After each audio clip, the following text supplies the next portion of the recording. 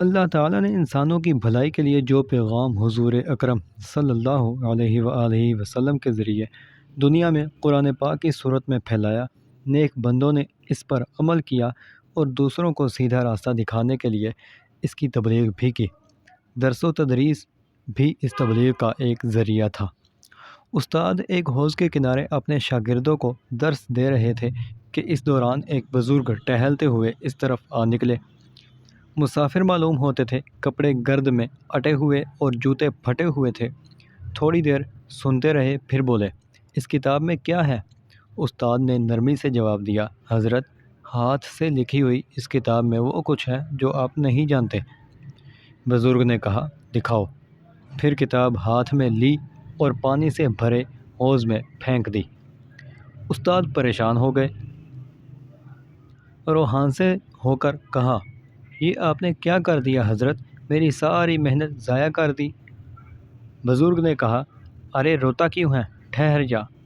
یہ کہہ کر حوض میں ہاتھ ڈال کر کتاب نکالی اور استاد کے ہاتھ میں تھما دی۔ کتاب اسی طرح خشک تھی جیسے پہلے تھی۔ استاد حیران رہ گئے، پوچھا، حضرت یہ کیا ہے؟ بزرگ نے کہا، میاں یہ وہ ہے جو تم نہیں جانتے۔ یہ کہہ کر بزرگ تیز تیز قدموں سے چلتے ہوئے نظروں سے اوجھل ہو گئے اور استاد گمسم کھڑے رہ گئے۔ حواس بحال ہوئے تو پیچھے دوڑ پڑے اور ان سے لپٹ گئے۔ بچوں، یہ بزرگ تھے شمس تبریز، اصل نام شمس الدین، اور استاد مولانا جلال الدین رومی کے نام سے مشہور ہوئے، جن کے بارے میں آج آپ کو تفصیل سے بتاتے ہیں۔ بچپن۔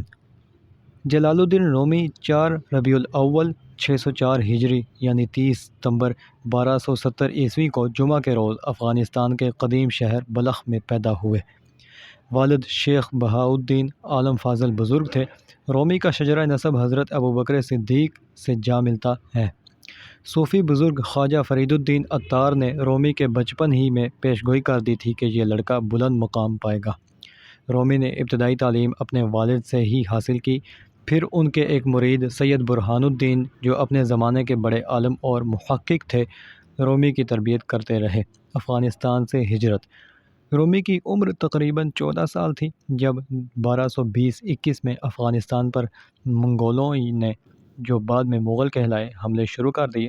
جنگ و جدل کے ان حالات سے متاثر ہو کر ان کے والد نے ہجرت کا ارادہ کیا۔ بغداد، حجاز اور شام سے گزرے، آخر سلجوقی شہزادے علاء الدین کیقباد کی درخواست پر جنوبی ترکی کے قدیم شہر قونیہ پہنچ گئے۔ جوانی۔ 24 سال کی عمر تک مولانا رومی نے حساب، منطق، طبیعیات، سیاست، فلسفہ اور اخلاقیات کے ساتھ قرآن و حدیث کا بغور مطالعہ کیا۔ مختلف درسگاہوں سے مزید علم حاصل کرتے رہے اور 34 برس کی عمر میں مسلمہ عالم بن گئے۔ 27 جمادی الثانی 642 ہجری کو بدھ کے دن جب مولانا شمس تبریز سے ان کی پہلی ملاقات ہوئی، اس وقت ان کی عمر 37 سال تھی اور شمس تبریز 60 سال کے تھے۔ اس وقت مولانا رومی کی زندگی میں انقلاب برپا کر دیا۔ مولانا رومی اور دینداری۔ مولانا رومی اپنی زندگی میں کثرت سے ریاضت کرتے رہے، 10-10 20-20 دن کے مسلسل روزے رکھتے اور ہرگز کچھ نہ کھاتے۔ نماز پڑھتے وقت چہرہ سرخ ہو جاتا۔ کئی مرتبہ عشاء کی نماز کے بعد 2 رکعت نفل کی نیت کرتے اور انہی 2 رکعتوں میں صبح ہو جاتی تھی۔ ایک بار نماز کے دوران رو دیے، سردی کی شدت سے آنسو چہرے پر جم گئے۔ مثنوی مولانا روم۔ یہ مولانا جلال الدین رومی کی وہ تصنیف ہے جس میں انہوں نے قرآنی تعلیمات کے ساتھ ساتھ افلاطونی خیالات، عیسائیت، یہودیت، مجوسیت اور ہندو نظریات بھی شامل کیے ہیں۔ اس کتاب کی 6 جلدیں ہیں۔ اصل کتاب فارسی زبان میں ہے لیکن اس کا ترجمہ دنیا کی تقریباً ہر زبان میں ہو چکا ہے۔ اس میں 2626 اشعار ہیں۔ روحانی تربیت کے لیے یہ ایک بنیادی کتاب ہے۔ مولانا رومی علامہ اقبال کے روحانی مرشد تھے۔ وفات۔ طویل بیماری، نقاہت اور درست تشخیص نہ ہونے کی وجہ سے 6 جمادی الثانی 672 ہجری یعنی 17 دسمبر 1273 پیر کے روز مولانا رومی وفات پا گئے۔ آپ کی وفات کے ایک ہفتے بعد آپ کی چہیتی بلی بھی مر گئی۔ اسے آپ کی قبر کے برابر میں دفن کر دیا گیا۔